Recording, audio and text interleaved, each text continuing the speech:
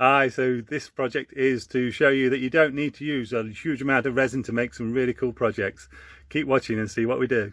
So for the project I'm going to use one of my friend's Roots images. I'm using one of her family of pigeons because I love them to pieces. I have asked permission before I've used them to do it, and I will be sending the coasters to her. So I'm going to use my CNC router to carve these shapes out. I'm using easel and I've worked out I can do it in 3 carves. The first carve I'm going to use is going to be the main body and the eyes, and leaving the nose in place.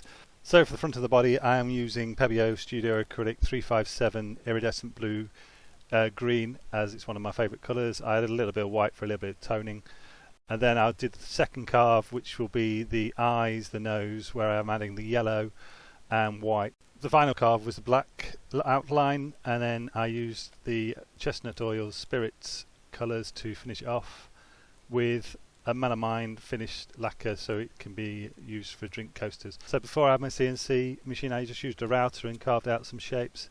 What I found is when you're carving on wood, you only need to go about 2 millimeters thick. Keep the colour opaque so you can't see through it, because nobody sees more than 2 millimeters through the resin anyway, so there's no point in cutting it deep. Hopefully that helps you save a few pounds on your resin. Thanks very much to Roots for allowing me to use your image, and hope you enjoy the coasters.